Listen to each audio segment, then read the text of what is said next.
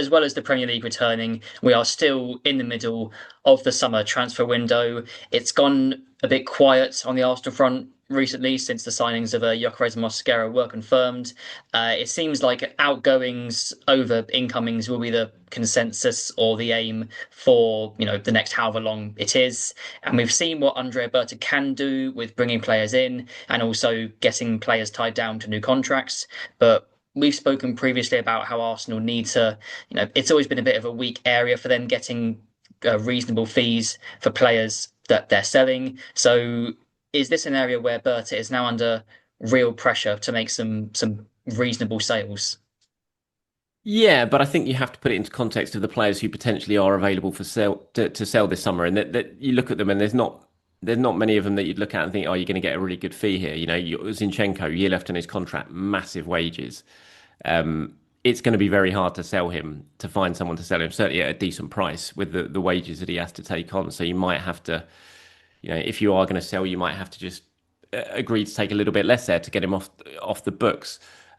Reece Nelson, again, coming off the back of 6 months injured, not the easiest of players to sell at this point of time. Fabio Vieira, I mean, I don't have to say too much more there about how he's not the easiest player to get good money for. So it's not like last summer when Arsenal were in a really strong position when it came to selling players, because you're talking about the likes of Emil Smith Rowe in that situation where they're always going to get good money for Eddie Nketiah as well. So I think it's important that they sell. I think it is, they've got to try and they've spent a lot of money so far this summer and they haven't bought basically any in. So they've got to do that first to balance the books, but also to balance the squad out because it's very, very. I was looking at the pictures today from Media Day, and you had Sambi Lokonga, Fabio Vieira, all those sort of players in there taking their photos, and you're just like, they're not going to play. So then they need to move on. So it is important at the moment they balance the books and they balance the squad. But in terms of bringing in big money, unless you do a sort of deal for, just throwing his name out there, Martinelli, there's not really in these last few weeks a deal that sort of really springs out at you and think Arsenal are going to make some serious money here, that they're going to be able to reinvest in the last couple of weeks of window, unless something pretty dramatic happens with a Martinelli type player. Because even Trossard, you're not going to get massive money for. So, yeah, it is important, but I think expectations in terms of how much money is brought in, yeah, I think they have to be kept a little bit on the low side. Yeah, pre-season was quite interesting in that regard because Sambi was involved on the tour. He was in matchday squads, but of course didn't get onto the pitch. Reece Nelson played a few minutes here and there. Fabio Vieira, who you mentioned, want to talk about him in a bit more depth. Of course, he wasn't involved in pre-season after playing for Porto at the Club World Cup. Wasn't involved in either of the Emirates games either. There have been reports of interest from West Ham and Stuttgart as well, looking to sign him. I think he's got 2 years left on his deal. And we've spoken about, well, obviously last season we spoke a lot about how Arsenal need more creativity, and that is his forte. But we've now seen Nwaneri's new contract that's been confirmed. His future is in that central position. Would it still be a risk letting Vieira go, or because Nwaneri and Odegaard are now competing for that right-sided spot, should Arsenal just be looking to sell him at any cost, pretty much? I wouldn't say any cost, but they should certainly be looking to sell him. It's definitely not a risk to sell him. And yeah, I think this is the summer to try and do it. He's a good player, Fabio Vieira. Don't get me wrong. I think there's a player there, and I think he is a sellable asset because he's not on massive wages either.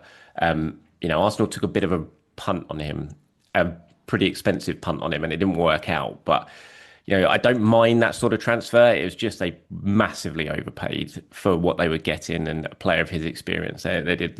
I think some lessons will be learned there from that signing. But he is a player that you could see, would interest a lot of clubs because he's very, very talented, and maybe the physicality of the Premier League is just a bit too much for him. But if he did go to Spain or go to Germany, like you said with Stuttgart, that I wouldn't be at all surprised to see him go on and play very, very well for another club. So no risk to sell. No, absolutely not. This is the summer to do it. Try and bring some money in. They're not going to get anywhere near like what they paid for him. Of course, they're not. But I still think there's a player there where you can get some pretty decent funds for.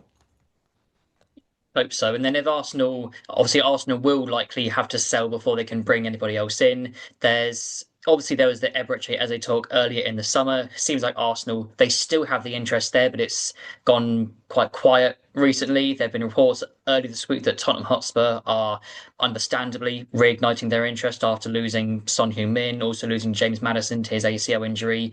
Do you think that could maybe like give Arsenal a kick up the backside to reignite their interest, or will it just completely depend on if they can sell and also who they can sell? Yeah, I don't know. It's a hard one. I think it's a bit of a waiting game. We're all waiting to see if this does sort of kick Arsenal into gear when it comes to Eze. I think it feels a bit unlikely to me unless they do move people on.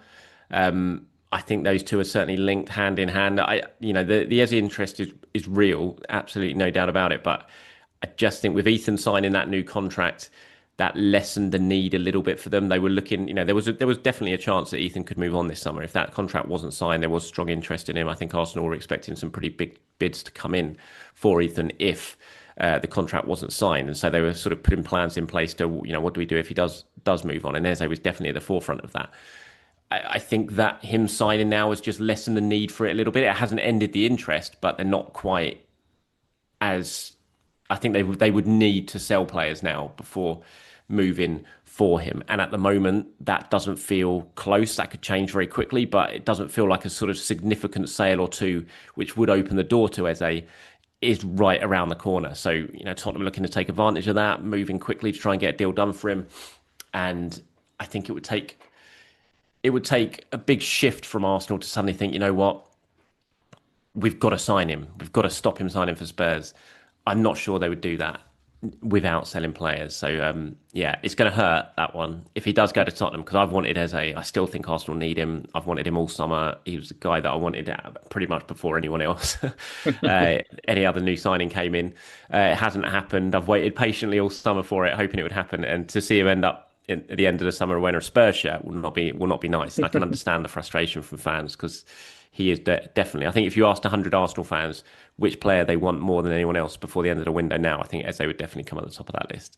So it's going to be a painful one to take if he does indeed go to Spurs, but um, it might happen, unfortunately.